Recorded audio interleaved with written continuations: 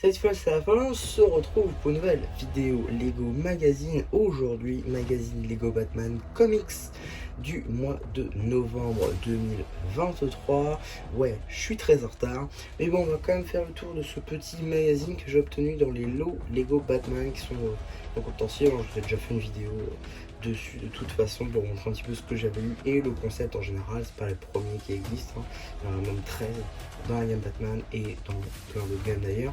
Mais bon, dans ce dernier numéro 13, j'ai eu ce magazine là, donc je me suis dit, vu que je l'avais toujours pas fait sur la chaîne, je me suis dit que j'allais vous faire une vidéo dédiée maintenant, même si c'est un peu tard, hein, on a quand même 2 ans de retard.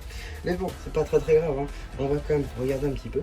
Alors, juste ici, on a une petite Batmobile qui, honnêtement, dans les coloris et dans la taille, je trouve, n'est pas sans rappeler celle de Lego Dimension. Donc voilà, ça j'aime beaucoup. Bon, après, c'est assez classique, hein. Globalement, il n'y a pas de pièces qui sont ultra recherchées. Il y a quand même le Batarang juste ici qui peut être plutôt sympathique. La pièce de bouclier en noir là qui peut être plutôt sympathique aussi. Pièce de roue assez classique. Pièce 4+, méta-pièce ici pour la voiture. Bon, voilà, il n'y a rien de spécifique. C'est une petite voiture qui roule. Donc voilà, il n'y a pas grand chose de plus à dire là-dessus. Il y a quand même des petits pistolets sur les côtés qui peuvent être utilisés pour vos mini-figurines. Donc ça, c'est plutôt cool. On retrouve la petite vitre juste ici, les sorties de moteur juste là. Bon, voilà, là encore, ça va servir en part-out plus que réelle construction à exposer ou avec laquelle jouer. Ça peut marcher, mais c'est pas l'intérêt principal. Voilà. En ce qui concerne le magazine, on est sur un format en dessous du format classique, toujours à 6,99 €, chose que je ne comprends pas d'ailleurs. Comment ça se fait qu'on a moins de papier mais qu'on paye toujours le même prix?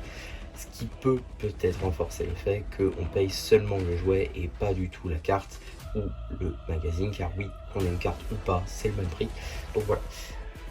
Là encore, quelque chose qu'on pourrait traiter dans une vidéo dédiée. On a donc tout d'abord un petit jeu sur le thème de Flash où il faut visiblement retrouver quels méchants sont dans la tornade. On a également un petit sommaire sur le thème de Batman, évidemment, qui s'en serait douté. On a également juste ici une petite BD, une petite bande dessinée qui sera évidemment disponible sur la chaîne BD Slava de Soir. On continue donc toujours sur cette BD qui, je pense, ne sera pas interrompue. Je présume. J'imagine que non, elle n'est pas interrompue, effectivement. On retrouve, avant de s'attaquer à la deuxième BD, Batmobile d'urgence, où là j'imagine qu'il faut colorier. Ouais, ça, faut colorier et dessiner votre Batmobile de rêve, on va dire. Et donc voilà, deuxième BD qui sera elle aussi disponible sur la chaîne BD. Cela va de soi. Tac. On continue, hein, c'est pas voilà. Donc fin de la BD avec juste ici un petit jeu avec tous les Batman, en tout cas beaucoup de Batman avec différentes variantes, différentes caractéristiques qui les diffèrent les uns des autres. Voilà. En termes de publicité maintenant, pas de publicité puisqu'on a des trucs à découper juste ici pour créer un Batwing. Donc j'imagine que c'est un avion en papier mais sur le thème de Batman. Bon, c'est pas la première fois qu'ils font ça, mais voilà, sur le thème de Batman, c'est la première fois je crois. Donc voilà, pourquoi pas. Et donc, qu'est-ce qu'on aurait eu dans le prochain magazine? Et ben, on sait pas. Voilà, c'est un peu le truc du magazine comics, c'est que généralement, c'est des numéros à part, on va dire, qui ne se communiquent pas entre eux.